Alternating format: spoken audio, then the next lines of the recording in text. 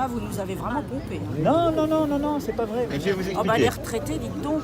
On est effectivement sur la pente glissante de la gérontocratie, où aucun parti politique, et d'ailleurs je vais même dire même des syndicats, n'ose mettre les intérêts des retraités sous des conditions d'intérêt général. Et si cette question reste relativement peu soulevée par les responsables politiques, c'est peut-être parce que l'épisode de la CSG, survenu lors du premier quinquennat d'Emmanuel Macron, les a échaudés. Et je demande un effort net à deux catégories. Les revenus du capital et de l'autre côté, les retraités les plus aisés.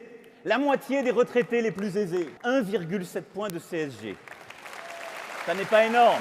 Je leur demande simplement, en toute transparence, ce petit effort de quelques dizaines d'euros par mois, parce que nous en avons besoin pour que le travail dans notre pays paye.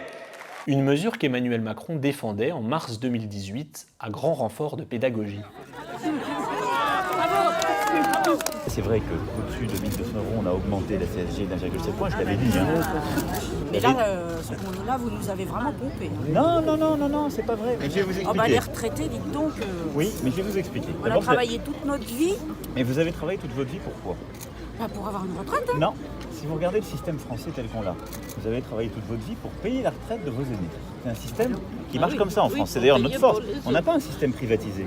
Vous êtes parti à la retraite à peu près au même âge que vos parents. À peu près au même âge. Mais avec une espérance de vie de 10-15 ans de plus.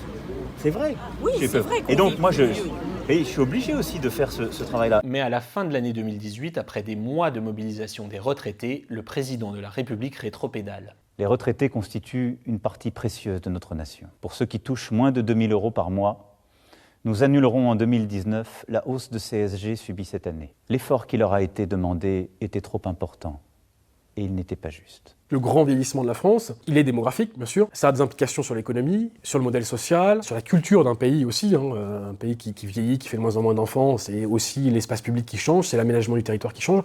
Ce qui change aussi, c'est l'électorat. On se retrouve aujourd'hui, pour la première fois, dans une situation où les plus de 50 ans sont en majorité absolue dans l'électorat français. Et ça, les politiques l'ont bien compris. Il est beaucoup plus rentable pour des hommes et femmes politiques de répondre directement d'un électorat devenu majoritaire, de retraités, qui est non seulement très mobilisé, mais en plus très nombreux, dont l'intérêt est de ne surtout pas baisser la valeur des retraites, quoi qu'il arrive. Or, on pourrait argumenter que ça fait partie des leviers qu'il faut considérer pour limiter cette facture démographique.